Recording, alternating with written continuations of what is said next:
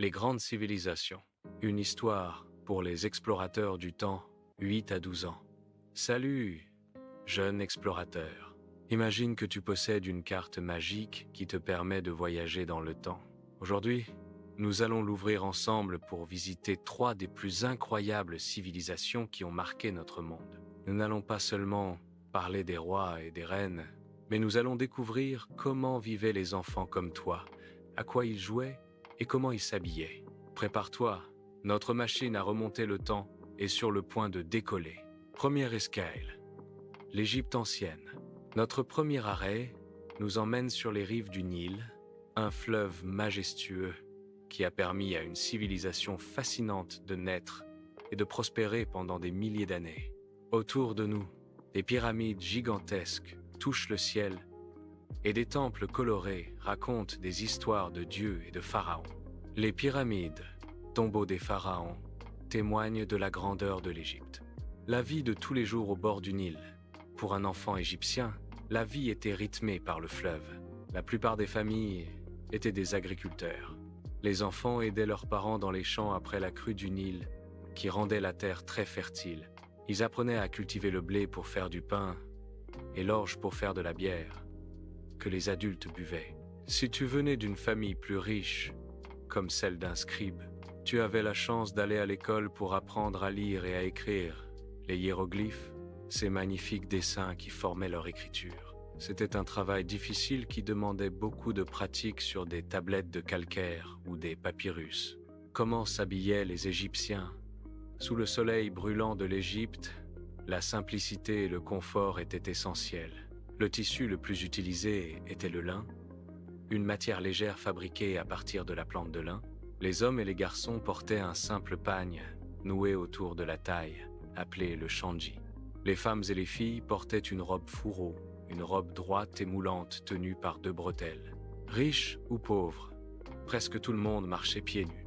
Pour se protéger les yeux du soleil, ils utilisaient du khol, une poudre noire qui soulignait leurs yeux et leur donnait ce regard si caractéristique que l'on voit sur les fresques. À quel jeu jouaient les enfants? Les enfants égyptiens adoraient jouer.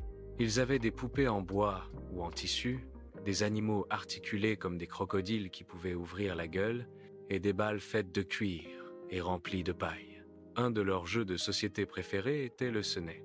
C'était un jeu de plateau avec des pions que l'on déplaçait en fonction du résultat de lancer de bâtonnets. On dit que ce jeu représentait le voyage de l'âme vers l'au-delà. C'était à la fois un jeu et un rituel. Deuxième escale, la Grèce antique. Nous quittons les sables chauds de l'Égypte pour les collines rocheuses de la Grèce. Ici, dans des cités comme Athènes ou Sparte, de nouvelles idées voient le jour. La démocratie, la philosophie et le théâtre, c'est aussi la patrie des Jeux olympiques et des mythes peuplés de dieux, de déesses et de héros courageux, l'acropole d'Athènes, cœur de la démocratie et de la culture grecque. La vie quotidienne à Athènes. La vie d'un enfant grec était très différente selon qu'il était un garçon ou une fille. Les garçons, à partir de 7 ans, allaient à l'école où ils apprenaient à lire, à écrire, à compter, mais aussi à jouer de la musique, de la lyre et à faire du sport. Le but était de former de bons citoyens. Les filles, elles, restaient à la maison avec leur mère pour apprendre à gérer un foyer, tisser, cuisiner et s'occuper des tâches ménagères. Le centre de la vie publique était l'agora, une grande place où les adultes se retrouvaient pour discuter de politique, faire du commerce et échanger les dernières nouvelles. La mode grecque, simple et élégante. Les Grecs aussi aimaient les vêtements simples et amples, parfaits pour le climat méditerranéen. Leur vêtement principal était le chiton, un grand rectangle de laine ou de lin, drapé autour du corps et attaché sur les épaules par des épingles appelées fibules. Par-dessus, ils pouvaient porter un manteau, limation, qu'ils enroulaient de différentes manières. Les couleurs étaient souvent vives, décorées de motifs géométriques. Aux pieds, ils portaient des sandales en cuir, idéales pour marcher sur les chemins escarpés. Les jeux des futurs athlètes. Le sport était très important En Grèce, les garçons s'entraînaient dès leur plus jeune âge à la course, au lancer de disques et de javelots, en rêvant de participer un jour aux Jeux Olympiques. Mais les enfants avaient aussi des jeux plus simples. Savais-tu que le yo-yo existait déjà dans la Grèce antique? Ils jouaient aussi avec des cerceaux qu'ils faisaient rouler avec un bâton, des osselets, un jeu d'adresse, et des poupées en terre cuites avec des bras et des jambes articulées. Troisième escale. La Chine ancienne. Notre dernier voyage nous transporte loin vers l'Est, dans l'immense empire du milieu. C'est une civilisation d'inventeurs géniaux qui nous ont donné le papier, la boussole, la poudre à canon et surtout la soie, protégée par sa grande muraille. La Chine a été gouvernée par de puissantes dynasties d'empereurs pendant des siècles. La Grande Muraille, une construction monumentale pour protéger l'empire. Vivre au rythme des dynasties en Chine ancienne. La famille était le pilier de la société.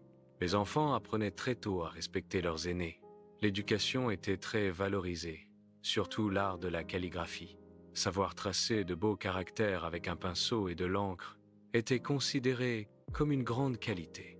Les enfants des familles nobles ou de fonctionnaires passaient des heures à s'exercer.